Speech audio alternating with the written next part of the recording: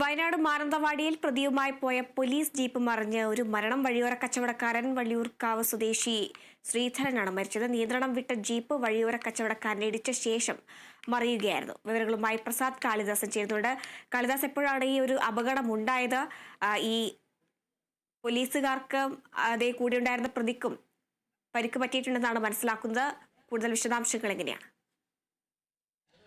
ഹരിത, ഇന്ന് 3 മണിയോടുകൂടിയാണ് ഇത്തരത്തിലൊരു ദാരുണ അപകടം നടന്നിരിക്കുന്നത് എന്ന് തന്നെ പറയേണ്ടിയിരിക്കുന്നു. ഈ ഒരു അപകടത്തിൽ ഒരു വഴിയോര കച്ചവടക്കാരന് ജീവൻ നഷ്ടമായിരിക്കുകയാണ്. വള്ളിയൂർക്കാവ് സ്വദേശി ശ്രീധരനാണ് ജീവൻ നഷ്ടപ്പെട്ടത്. ഗുരുതര പരിക്കിനെ തുടർന്ന് ആശുപത്രിയിലേക്ക് എത്തിക്കുകയായിരുന്നു, മാനന്തവാടി ആശുപത്രിയിലേക്ക് എത്തിക്കുകയായിരുന്നു. അതിനുശേഷമാണ് മരിച്ചത്.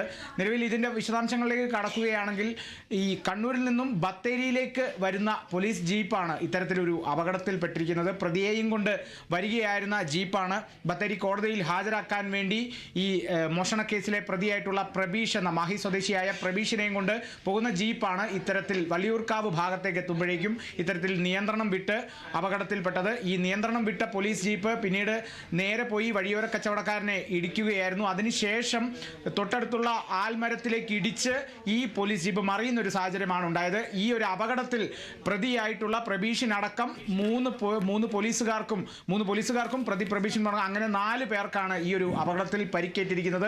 ആ ഒരു സാഹചര്യത്തിൽ ഗുരുതര പരിക്കുമായിട്ടാണ് ഈ വഴിയോര കച്ചവടക്കാരനായ ശ്രീധരനെ ആശുപത്രിയിലേക്ക് എത്തിച്ചത്. എന്നാൽ പിന്നീട് ആ പരിക്ക് ഗുരുതരമായതിനെ തുടർന്ന് ശ്രീധരൻ മരിക്കുകയായിരുന്നു. നിലവിൽ 4 പേർക്കാണ് ഈ ഒരു അപകടത്തിൽ പരിക്കേറ്റിരിക്കുന്നത്. അവരുടെ ആരോഗ്യനില മോശമില്ലാതെ അല്ലെങ്കിൽ ഗുരുതരമല്ല എന്നുള്ള ഒരു വിവരമാണ് നമുക്ക് ലഭിക്കുന്നത്.